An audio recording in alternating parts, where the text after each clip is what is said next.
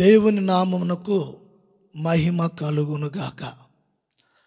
ప్రభు అయిన యేసుక్రీస్తు నామంలో వాక్యము వింటున్న బిడ్డలందరికీ కూడా ప్రభు పేట వందనాలు చెల్లిస్తున్నాను. ఈ సమయంలో మనము ధ్యానించుటకు ప్రకటన గ్రంథము 1వ అధ్యాయము 20వ వచనము చదువుదాం. అనగా నా కుడి చేతిలో నీవు చూచిన 7 నక్షత్రములను గూర్చిన మర్మమును, ఆ 7 సువర్ణ దీపస్తంభముల సంగతియు వ్రాయుము. ఆ 7 నక్షత్రములు 7 సంఘములకు దూతలు, ఆ 7 దీపస్తంభములు 7 సంఘములు. ప్రభు యొక్క దర్శనమును గూర్చి ఇక్కడ మనము చదివాము. యోహాను పద్మసు ద్వీపంలో ఉండగా ఈ దర్శనము ఆయన చూస్తూ ఉన్నారు. ఆ దర్శనంలో యేసు ప్రభు ప్రత్యక్షమయ్యారు. ఆ ప్రత్యక్షతలో ఈయన యేసు ప్రభు కుడి చేతిలో ఉన్న నక్షత్రములు 7 నక్షత్రములు చూస్తున్నారు. ఆ 7 నక్షత్రములను 7 సంఘములకు దూతలు అని చెప్తున్నారు. ఆ 7 దీపస్తంభములు 7 సంఘాలు అని చెప్తున్నారు. గమనించవలసిన విషయము ఏమిటి అంటే, పరలోకంలో ఉన్న దూతలను గూర్చి కాదు, ఇక్కడ కుడి చేతిలో ఉన్న 7 నక్షత్రములు మరి దూతలు అని ఇక్కడ మనము చదువుతూ ఉన్నాం. ఇవి దైవజనులను గూర్చి, సంఘ కాపరులను గూర్చి మాట్లాడుచున్న విషయమని మనం అర్థం చేసుకోవాలి. అయితే 7 దీపస్తంభములు అని చెప్తున్నారు, అవి 7 సంఘములు అని చెప్తున్నారు. యేసు ప్రభు ఈ దర్శనంలో సంఘాలను గూర్చి, అంటే విశ్వాసులను గూర్చి, అట్లాగే సంఘ కాపరులను గూర్చి కూడా మనము ఈ వాక్య భాగంలో చూస్తూ ఉన్నాము. అయితే సంఘాలు ఆయన చేతిలో, కాపర్లు ఆయన చేతిలో ఉన్నారు అని మనము చదువుతూ ఉన్నాం. గమనించవలసిన విషయము ఏమిటి అనేది మనము గ్రహించాలి. ఇది మర్మము అని చెప్తూ ఉన్నారు. ఆయన కుడి చేతిలో ఉన్న నక్షత్రములు అని మనము చదువుతూ ఉన్నాము. ఈ విషయాలు గ్రహించటానికి, గమనించటానికి మరి విశ్వాసులు కొంచెము ఆత్మీయ జ్ఞానము గలవారై ఉన్నవారికి పరిశుద్ధాత్మ సహాయము ద్వారా ఈ సంగతులు మనకి దేవుడు నేర్పించగలడు. అయితే ఆయన కుడి చేతిలో విశ్వాసులు ఉండాలి. సంఘము ఆయన చేతిలో ఉన్నది. అయితే ఆయన చేతిలో ఎవరైతే ఉన్నారో ఉన్నవారు సురక్షితంగా ఆయన కాపాడగలడు. ఇక్కడ ఆయన కుడి చేతిలో అనేది మనము నక్షత్రాలతో పోల్చి మాట్లాడుతూ ఉన్నాడు. సాధారణంగా నక్షత్రాలు ఆకాశములో ఉంటవి. చంద్రుడు, సూర్యుడు వాటి పైన ఉంటవి. అయితే దేవుడు లేక ప్రభువు నక్షత్రములతో పోల్చి మాట్లాడుచున్నారు. అంటే సంఘానికి ఉన్న ఆధిక్యత, సంఘ కాపర్లకు ఉన్న ఆధిక్యత, ఆ ఒక్క వైభవము, ఆ ఔన్నత్యము, చాలా ఉన్నతమైన భావాలు కలిగిన విషయాలు ఇవి. చాలా ఉన్నతమైన భావాలు, ఒక లోతైన ఆలోచనలు ఈ వాక్య భాగంలో మనము గమనించాలి.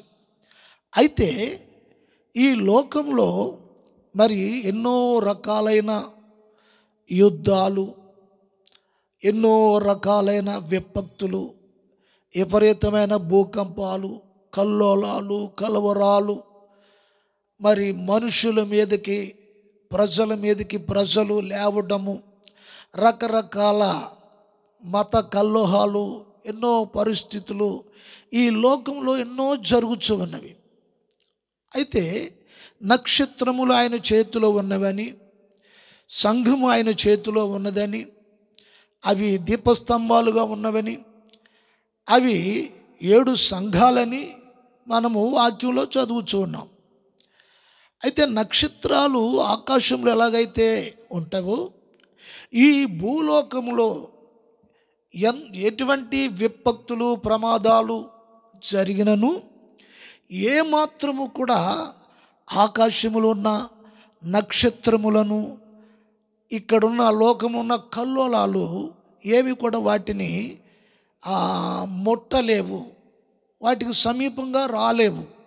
కారణం ఏమిటి అంటే, ప్రభు వాటిని చాలా ఉన్నతమైన భావంతో మాట్లాడుచు, అవి నా చేతిలో ఉన్నవి, వాటిని గూర్చి రాయమని యోహానుతో మాట్లాడుచున్న ఈ విషయాలు మనము చదివాము. అయితే ఇప్పుడు ఆయన చేతిలో ఉన్న వారు ఎటువంటి పరిస్థితుల్లోనైనా సరే, ఎటువంటి కలవరాల్లోనైనా సరే, ఎటువంటి విపత్తులో అయినా సరే, ఆ విపత్తులు, ఆ కలవరాలు, ఆ వ్యతిరేకమైన పరిస్థితులు వారిని ముట్టవు, తాకవు అని చెప్తున్నారు. స్తోత్రం చెప్దామా? హల్లెలూయా. చూడండి, అయితే ప్రవక్త కూడా ఒక మాట చెప్తున్నారు వీటిని గూర్చి. మనం చదివితే మలాకీ గ్రంథంలో 4వ అధ్యాయంలో 2వ వచనం, అయితే నా నామమందు భయభక్తులు గలవారగు మీకు నీతి సూర్యుడు ఉదయించును, అతని రెక్కలు ఆరోగ్యము కలుగజేయును. ప్రవక్త చెప్పుచున్న మాట, యేసు ప్రభువుని గూర్చి ఒక ప్రవచనం. నీతి సూర్యుడు, నీతి సూర్యుడు అని మాట్లాడుతూ ఉన్నారు ప్రభువుని గూర్చి. వాస్తవానికి సంఘము మీద నీతి సూర్యుడైన యేసుక్రీస్తు ప్రకాశము సంఘం మీద ఉదయించాలి. అట్లాగే ఆ వెలుగుతోనే కాపరుల మీద కూడా, అంటే సంఘ కాపరుల మీద, సేవకుల మీద కూడా ఆ నీతి సూర్యుడైన యేసుక్రీస్తు వెలుగు ప్రకాశించాలి. ఆ ప్రకాశతనే సంఘానికి సేవకులు కూడా పంచుతూ ఉన్నారు. ఆ ప్రకాశతనే సంఘంలో ఉన్న విశ్వాసులు కూడా లోకంలో వారు ప్రకాశిస్తున్నారు. గమనించాలి. ఇక్కడ ఆయన అంటున్నారు, ఆయన రెక్కలో ఏముందట? ఆరోగ్యం ఉందట. ఆయన చేతులు ఏముంది? యేసుక్రీస్తు చేతులు ఏముంది? ప్రభు చేతులు ఏముంది? ఆరోగ్యము. స్తోత్రం.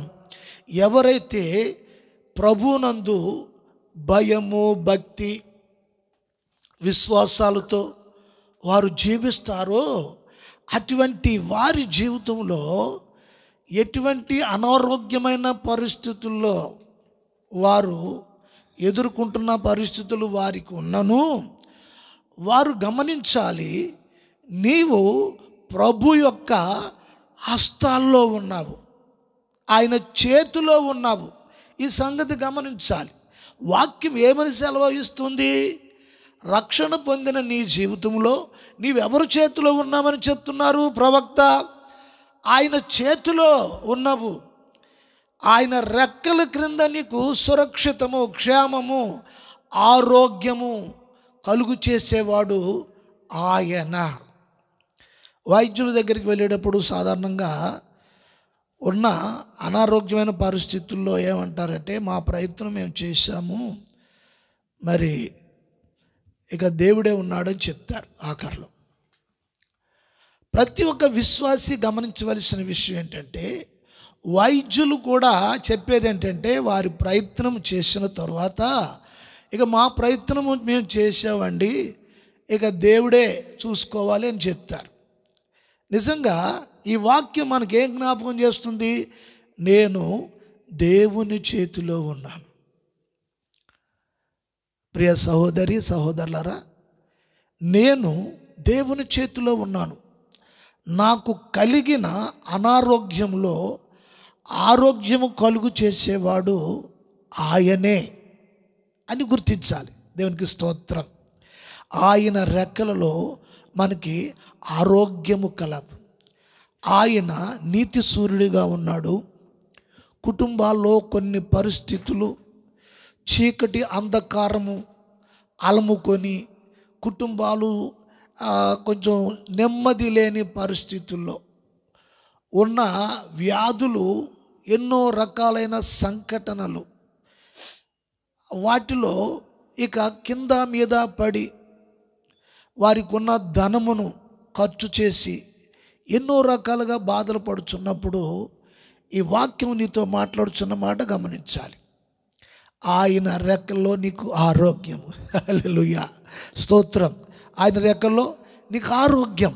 హాస్పిటల్లో ఉండి ఒంటరితనంగా ఉండి ఎన్నో ఇక్కట్లు పరిస్థితులు, ఇంట్లో ఉన్న వస్తువులు అమ్మి లేకపోతే అప్పులు చేసి వస్తువులు తాకడ పెట్టి ఇటువంటి పరిస్థితులు ఎన్నో అనుభవించే స్థితులు ఉంటున్నా వాక్యం ఈ రోజున మనకు సెలవిస్తూ ఉంది, ఆయన చేతుల్లో, ఆయన రెక్కలలో నీకు ఆరోగ్యము. స్తోత్రం. ఎంత ధైర్యాన్ని ఇస్తుంది ఈ మాట. ఆయన చేతుల్లో అంటే ఇప్పుడు నీవు డాక్టర్ల మధ్యలో, బంధువుల మధ్యలో, రక్త సంబంధుల మధ్యలో ఆ బలం ఈ బలము ఒకవేళ నీకు ఉంటే ఉండవచ్చు, మంచిదే.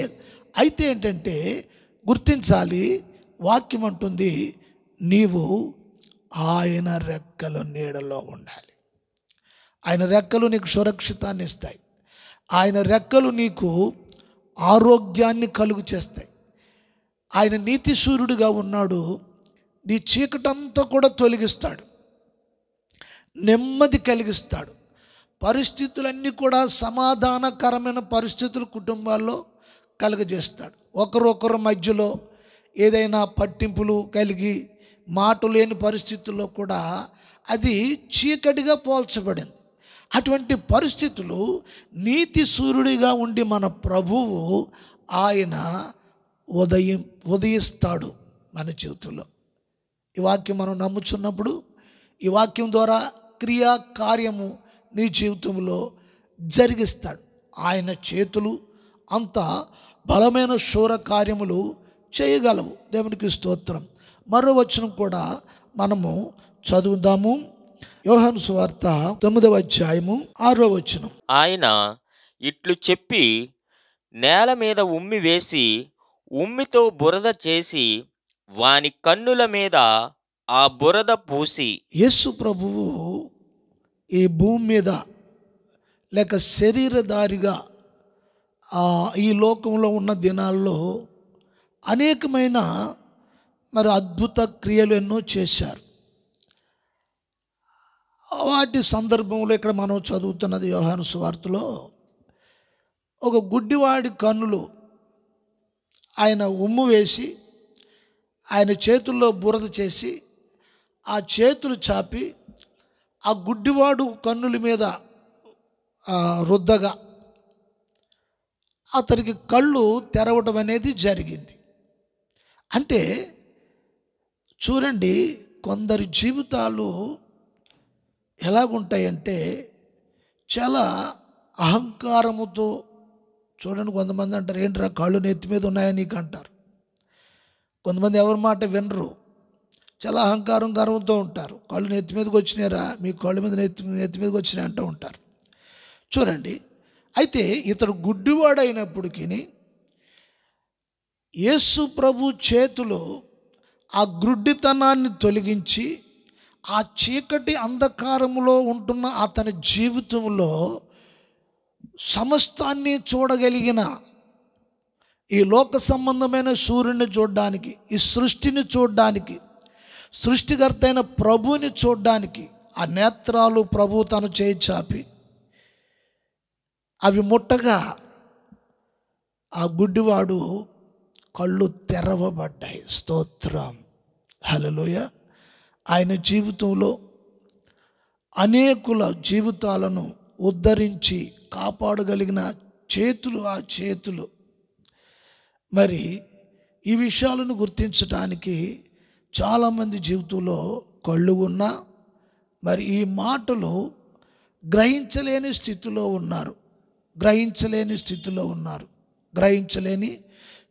ఉన్నారు. ప్రభువు ఎంతగా ఆయన మనుషుల మీద ఎంత ప్రేమ కలిగి ఉన్నారు, మానవ జాతి మీద ఎంత ఆపేక్ష కలిగి ఉన్నారు. దేవునికి స్తోత్రము కలుగును గాక. హల్లెలూయా. మార్కు సువార్త 1:41 కూడా మనము ఆ చేతులు ఏమి చేసినాయో వాక్యంలో మనం చూద్దాం కొన్ని మాటలు. ఆయన కనికరపడి చెయ్యి చాపి వానిని ముట్టి, నాకిష్టమే, నీవు శుద్ధుడవు కమ్మని వానితో చెప్పెను. ఈ చదివిన భాగం మనందరికీ బాగా పరిచయమైన వాక్యమే. అయితే ఇలా చూడండి, ఒక కుష్టి రోగి మీద యేసు ప్రభు కనికరము చూపించారు. ఆ వ్యక్తి ఎటువంటి వ్యక్తి అంటే, తన చేతులు కాళ్ళు పూర్తిగా కుష్టి వ్యాధితో పూర్తిగా పాడైపోయినాయి. అతను తీసుకెళ్ళి ఊరవతలు పెట్టేశారు. అతనికి భార్య ఉన్నా, బంధువులున్నా, అన్నదమ్ములున్నా, అందరి ఉన్నా కూడా అతడు ఏకాకిగా నికృష్టమైన జీవితము ఊరవతల అతని జీవితం ఉంది.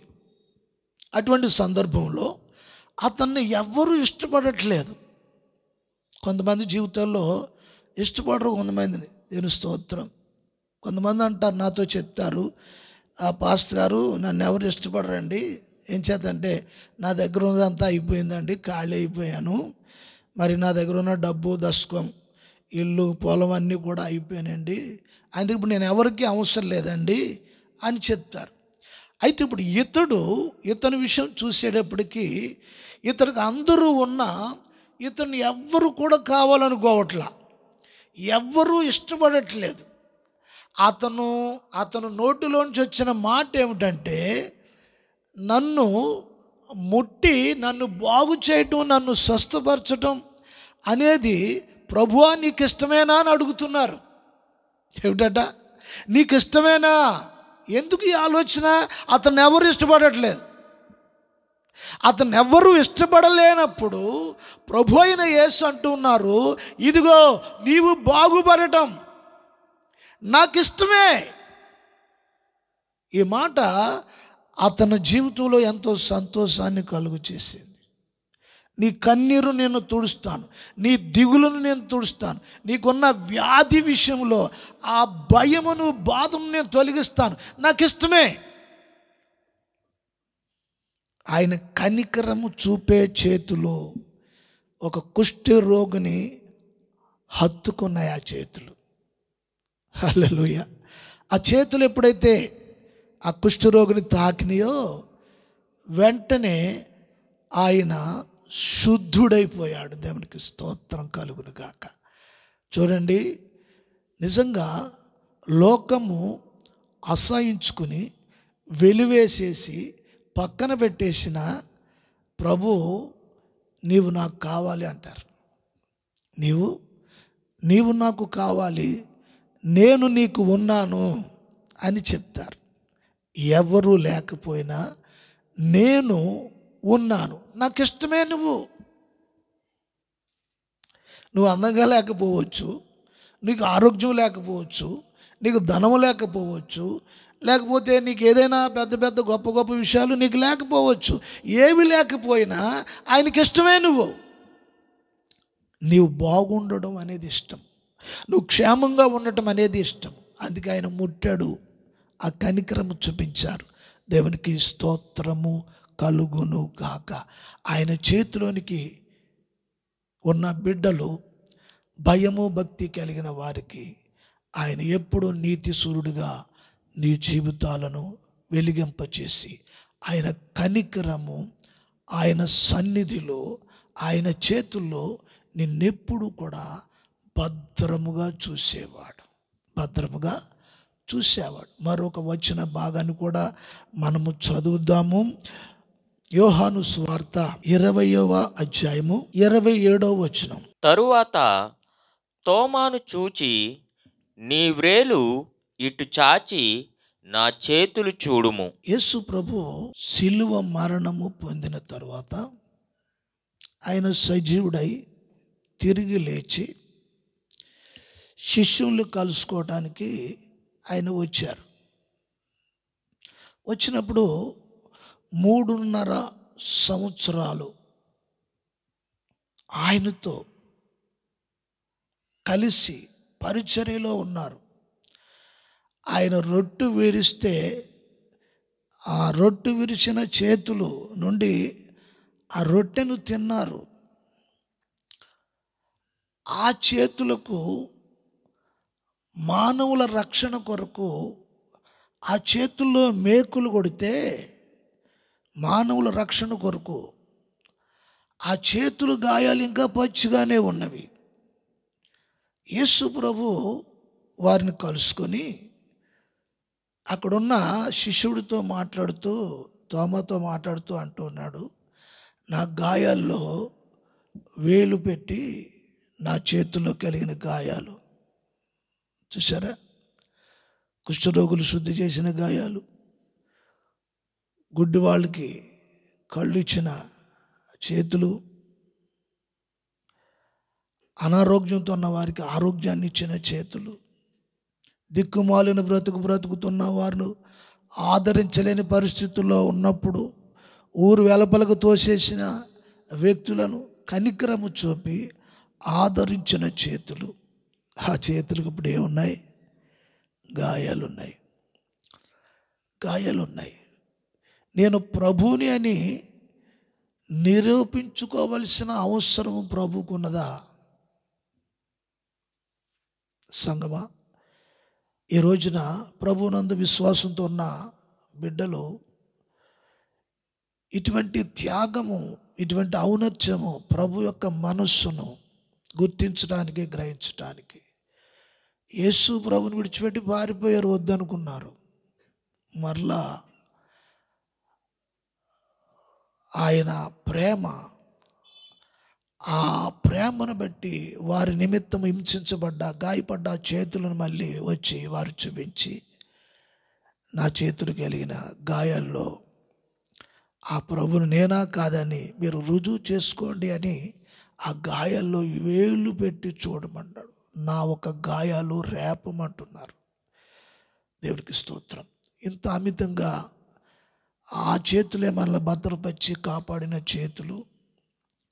ప్రియ సహోదరి సహోదరులరా, నిజంగా ఆ చేతుల్లో నేను ఉన్నాను, ఆ చేతుల్లో నేను క్షేమంగా ఉన్నాను, ఆ చేతుల్లోనే సేవకుడిగా, కాపరిగా నేను ఉన్నాను. నా పరిచర్య, నా సేవ సంపూర్ణమైన సమర్పణలో నేను ప్రభు కొరకు సమర్పించుకున్నాను. ప్రభు చేతిలో నేను ఉన్నాను.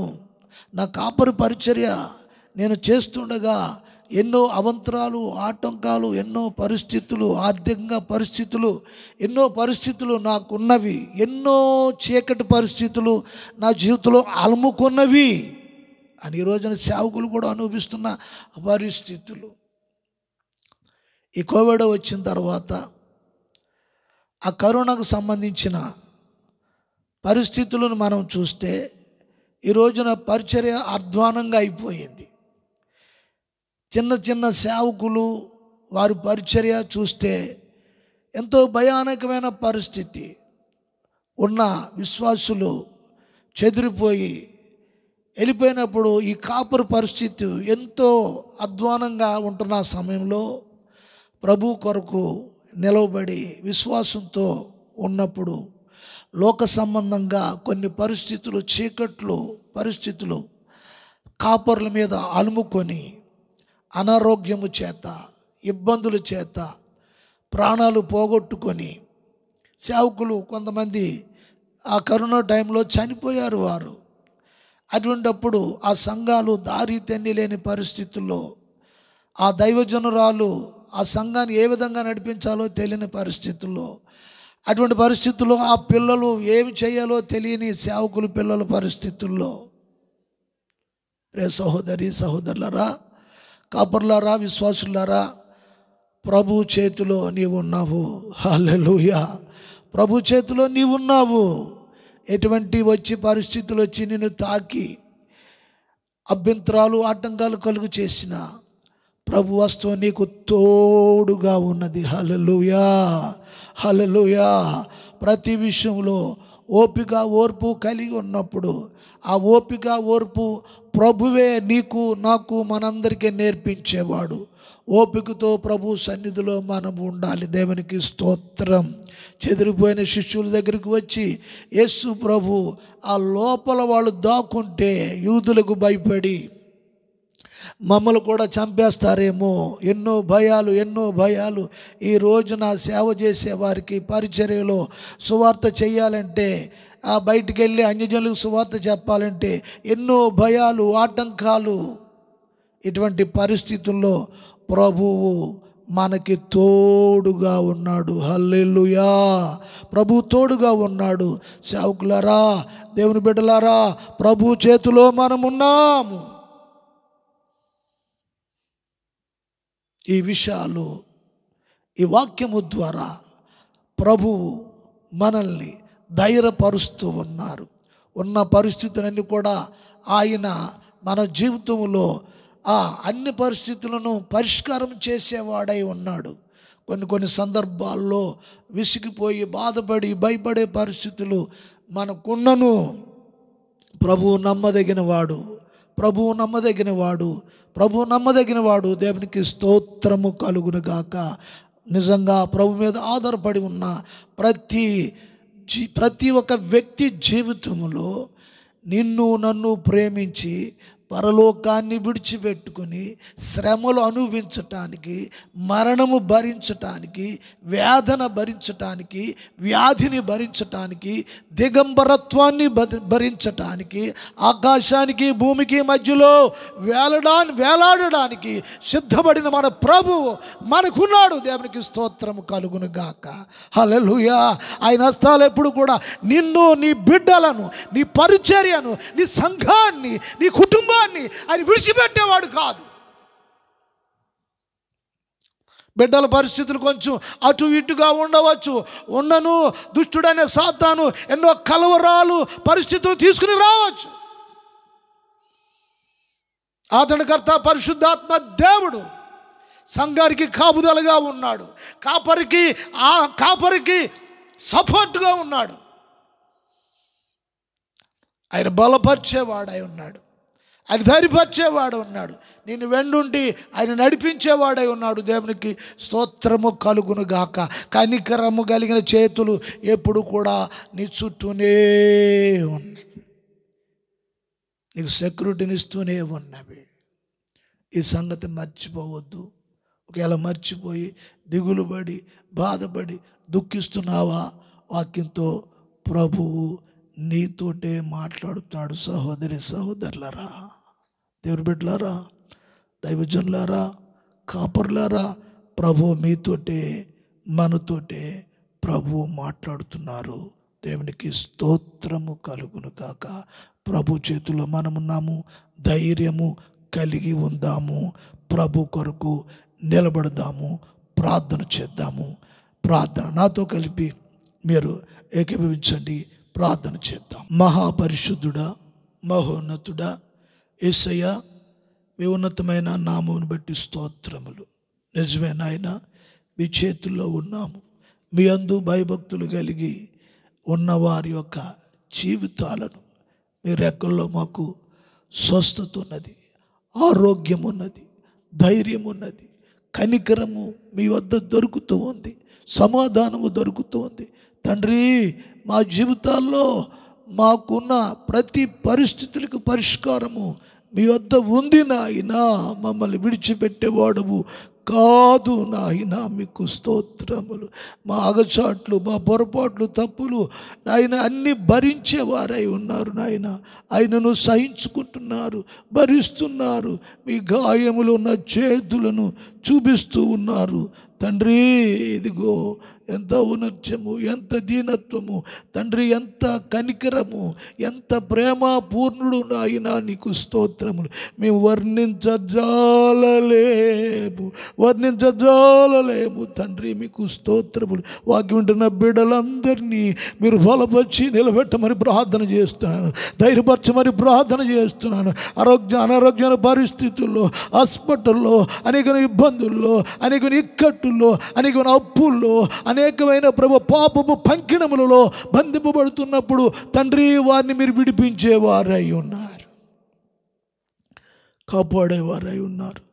బిడ్డలందరూ మీ పరిశుద్ధాత్మ చేత ఆవరించి, కుటుంబంలో ఉన్నవారిని దుష్ట శక్తుల ప్రభావం ద్వారా నాయన బాధింపబడుతున్న వారిని విడిపించి కాపాడి రక్షించమని, నీ చేతుల వారిని దాయమని యేసు నామమున వేడుకొనుచున్నాము మా పరమ తండ్రి.